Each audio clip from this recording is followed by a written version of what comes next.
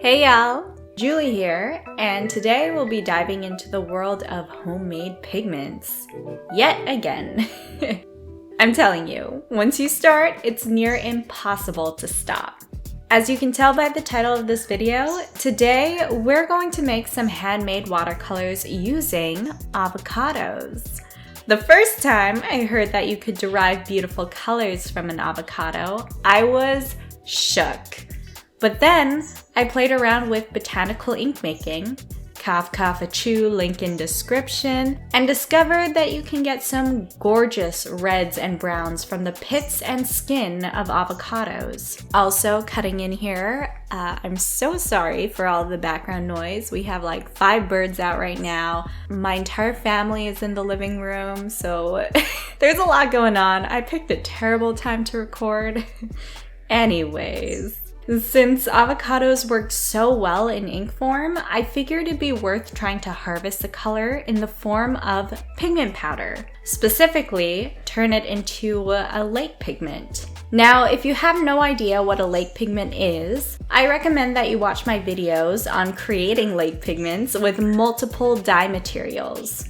Or, if this video specifically piques your interest, then definitely give it a watch. Since I play around with red cabbage, red onions, different berries, beets, and more, it's definitely a fun watch, especially to see the experimentation factor. Essentially, what you want to do is boil your dye material, whatever it is, to extract the color. I added some washing soda to this step to draw out even more color.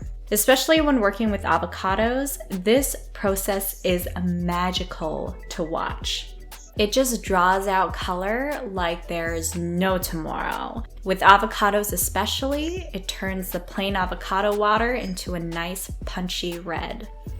Once the color is extracted, I added a bit more washing soda dissolved in boiling water, then added some alum, also dissolved in water. I believe I put in about 2 teaspoons of alum and 2 teaspoons of washing soda, and this is in addition to the extra teaspoon of washing soda I added while the avocados were boiling.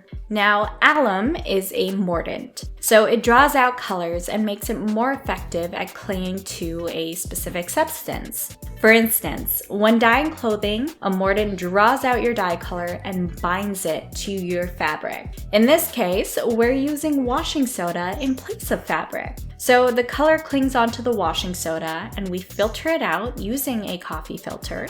Now, in my previous 2 lake pigment videos, I read in a few blog posts that you need to replace the water with a turkey baster until it runs clear. Only then can you filter it out.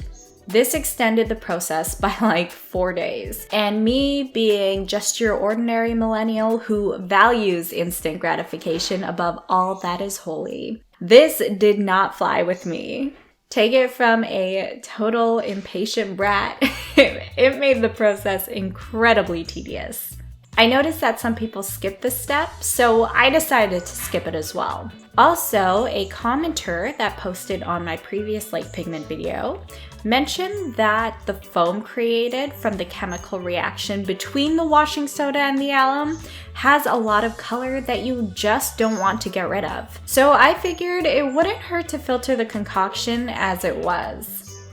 After this step, I just laid the filter out to air dry and grinded up the dried bits into a fine powder using my coffee grinder.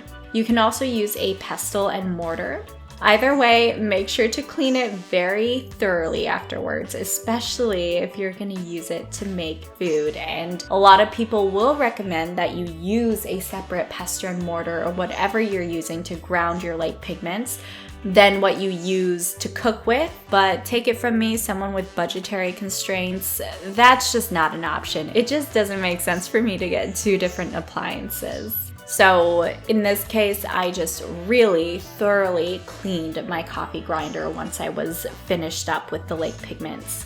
After this step, you now have your glorious homemade pigment powder. You can mull it with some gum arabic, distilled water, and vegetable glycerin to create watercolors, or with linseed oil to create oil paint. I absolutely adore watercolors, so that's the route that I took. Feel free to read the description for the watercolor binder proportions I used. In the case of working with lake pigments, I recommend to increase the amount of honey and/or glycerin since the washing soda seems to dry the binder out a little too well, as you can tell by the amount of cracking in the final result. Overall, I really like the color that this whole process created. It's not the most vibrant paint. I'm still working on getting my lake pigments to be nice and bright, so if you have any pro tips, please share them in the comments. I'm also working on lake pigments made with onion skins, ivy, and black beans. So while in my first and second lake pigment attempts, I relied on dye materials that were a bit more common, this time around I decided to play with pigments that were slightly more absurd. I'm not sure if that's the right word, but I guess a little bit unconventional. I won't spoil how they turned out, so you'll have to wait and see. Now, I typically don't create art pieces only using one color, so this was something a bit new for me. I found this video on Pinterest of these two ladies roller skating, and it was just so cool. So I'll link it down below. I took screenshots of some poses, and I just decided to sketch them out in my sketchbook. So this is what I used to demonstrate the avocado paint. I just lined these sketches with one of my Prismacolor Premier colored pencils, and then I painted on the shadows using my avocado paint. I did this since the paint wasn't super vibrant, so I couldn't really get a large range of values. So I figured this would be the best way to demo it. Oh my goodness, someone just turned on the TV. I am so sorry. Anyways, it's not the greatest paint in the world. Even the mulling process felt foreign, especially compared to the first time I made lake pigments, and especially ×3 compared to mulling store-bought pigments. Not entirely sure what happened here, but the more I play with natural dye materials, the more I'll learn. And of course, the more I'll share. Before signing off, I'd like to apologize for not posting in a couple of weeks. Life has been emotionally taxing, and the only thing I could get myself to do during my time off is watch cartoon reruns and read long-form X-Men Evolution fanfictions. Definitely an odd headspace to be in. In terms of life updates, I am fully caught up to all the episodes released of Miraculous Ladybug Season 4, including the Shanghai special. So if anyone wants to fangirl with me, let's do so in the comments below because I am freaking out. I can't even form my thoughts right now, so. Also, I made it through the final stage of the application process to teach English in Korea. So there's like a 90% chance I'll be living across the globe in a few months. It's terrifying to think about, so I am just trying not to think about it, as one does. But when/if I go, I'll definitely take you guys around town via YouTube video.